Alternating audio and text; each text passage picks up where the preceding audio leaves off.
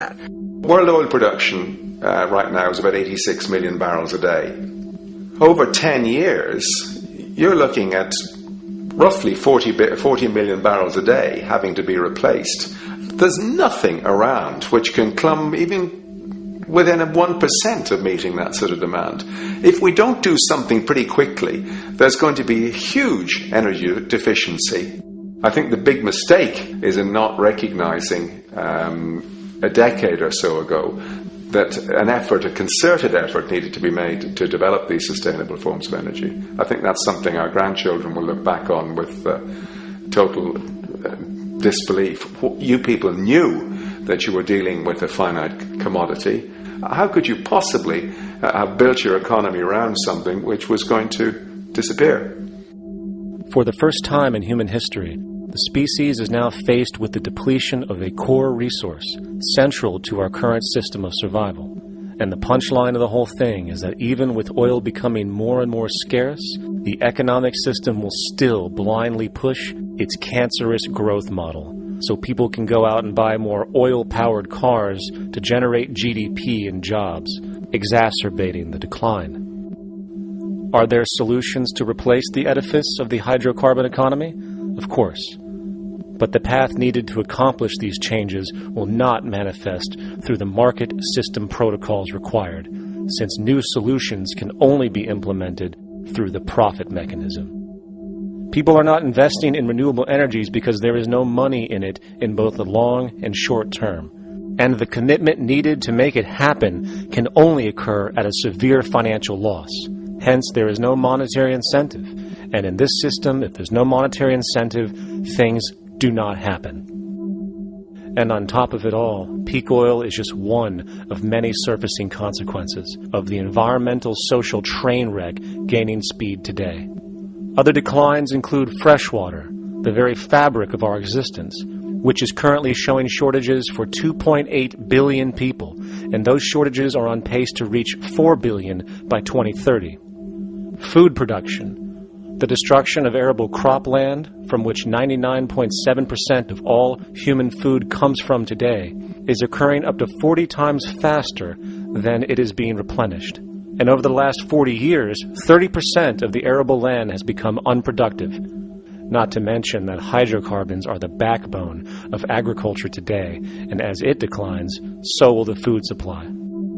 As far as resources in general, at our current patterns of consumption, by 2030 we will need 2 planets to continue our rates, not to mention the continual destruction of life-supporting biodiversity, causing extinction spasms and environmental destabilization across the globe. And with all of these declines, we have the near exponential population growth, where by 2030 there might be over 8 billion people on this planet. Energy production alone would need to increase 44% by 2030 to meet such demand. And again, since money is the only initiator of action, are we to expect that any country on the planet is going to be able to afford the massive changes needed to revolutionize agriculture, water processing, energy production, and the like, when the global debt pyramid scheme is slowly shutting the entire world down? Not to mention the fact that the unemployment you currently see is going to become normality due to the nature of technological unemployment. The jobs are not coming back. And finally, a broad social perspective. From 1970 to 2010, poverty on this planet doubled due to this system. And given our current state, do you honestly think we will see anything less than more doubling, more suffering, and more mass starvation? There is not going to be any recovery. This is not some long depression that we're someday going to pull out of. I think the next phase we're going to see after the next round of economic collapse is massive civil unrest, when employment checks stop being paid because the states have no money left. And when things get so bad that people lose confidence in their elected leaders, they will demand change if we don't kill each other in the process or destroy the environment. I'm just afraid that we might get to the point of no return. And that bothers me no end. We do all we can to avoid that condition. It's clear that we're on the verge of a great transition in human life. What we face now is this fundamental change of the life we've known over the last century. There has to be a link between the economy and the resources of this planet, the resources being, of course, all animal and plant life, the health of the oceans and everything else. This is a monetary paradigm that will not let go until it's killed the last human being. The in-group will do all it can to stay in power. And that's what you got to keep in mind. They'll use the Army and Navy and lies or whatever they have to use to keep in power. They're not about to give it up because they don't know of any other system that will perpetuate their kind.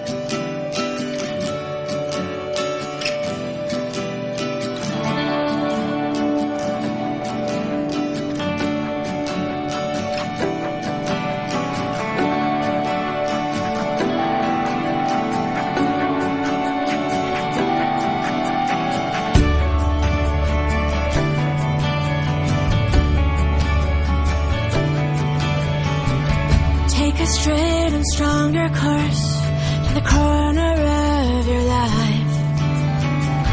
Just remember that the goal is for us all to capture all we want. Yeah, to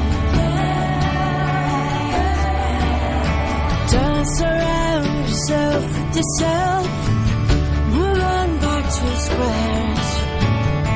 Send an instant karma to me, and I shall live with love and care for yourself.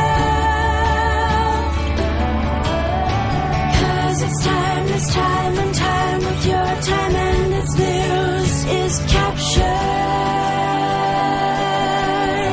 for the Queen to use.